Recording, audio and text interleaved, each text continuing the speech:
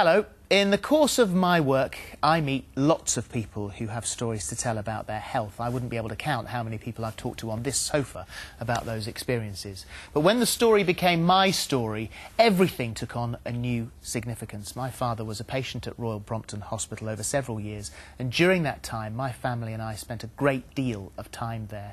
We experienced firsthand the type of care the NHS should be proud of. In fact, he said that if he'd paid £1 million, he couldn't have been treated any better.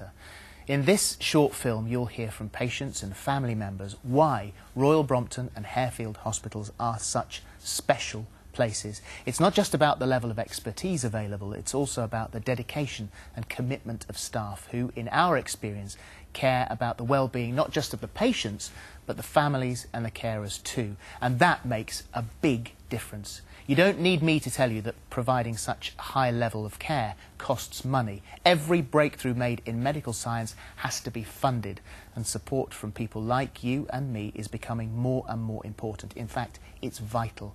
I hope that after seeing this film, you'll consider how you might help in whatever way you can. And thank you for watching.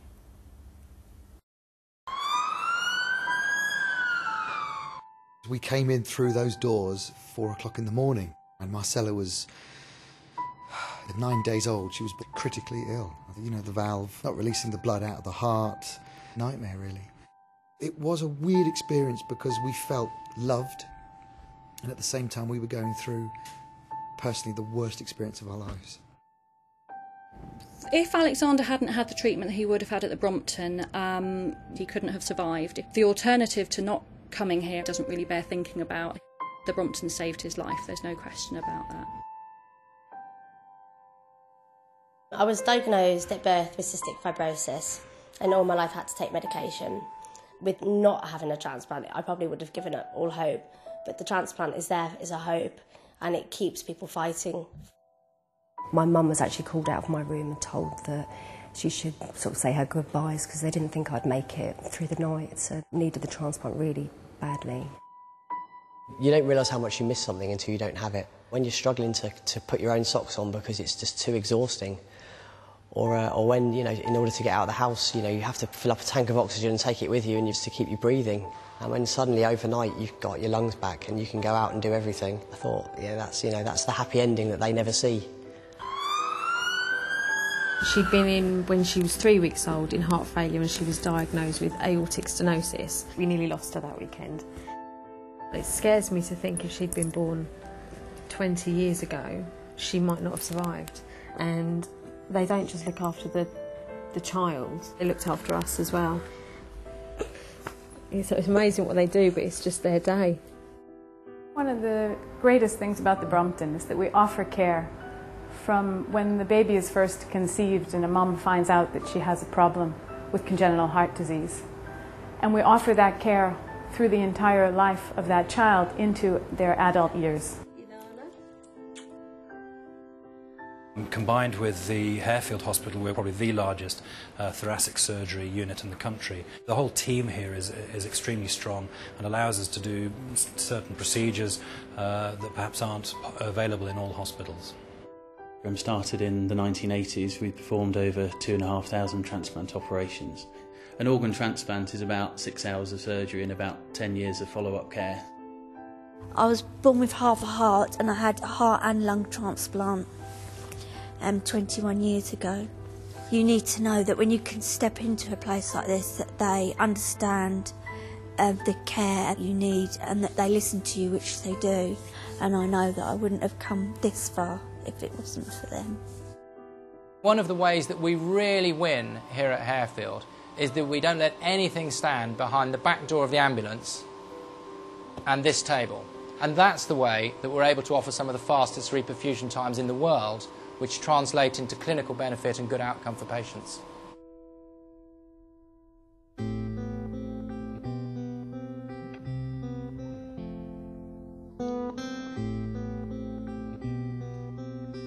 From the minute we walked in at 4 o'clock in the morning, it felt like everyone just knew their job. Competence that flowed out of the doors and corridors of this building.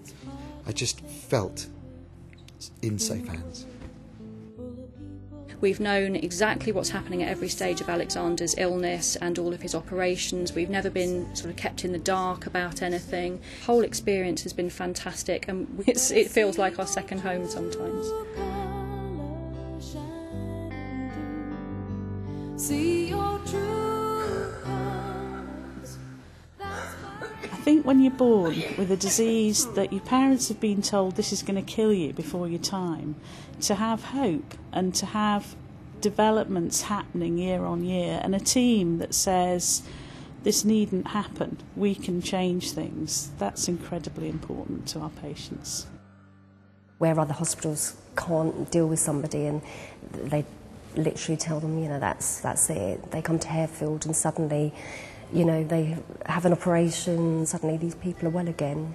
You know, I'm here to tell the tale, so it's brilliant news.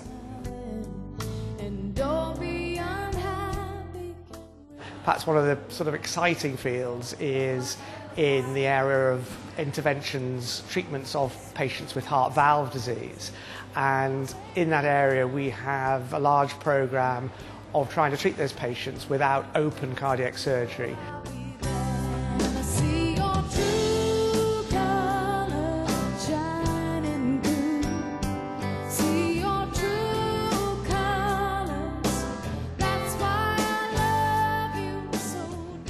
He said, we're going to experiment on you for the first time to put your aorta valve through your groin. I said, really? Yes. He said, and if it all works well, you'll be in and out in 5 days. And that's exactly what happened. It's unbelievable.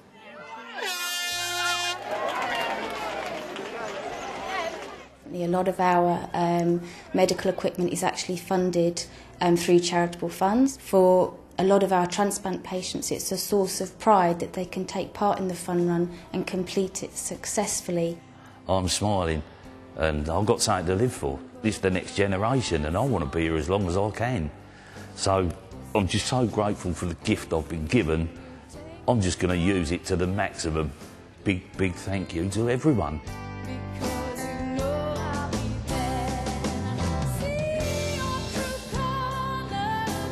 I wanted to prove to myself that I could do these things now that I've got the lungs to be able to do it, because I couldn't do it before. And I thought, well, what better place to do your first run than the place that gave you your life back? Royal Brompton Hospital is a great place to be doing genome research. We have had the pleasure of saving many patients' lives. In order to be able to play at a world-class level, we consistently need funds coming into the research department. May 2010, I decided to jump out of an aeroplane and raise funds for cystic fibrosis. I said, when I get a transplant, I'm going to do that, and I did. But the best thing of all is reading a bedtime story to my girls in bedtime. It's lovely. That money allows us to treat these very high-risk patients that other places find it difficult to treat. They saved my little girl's life. They save thousands of little people's lives. People that do this are real heroes, are real stars.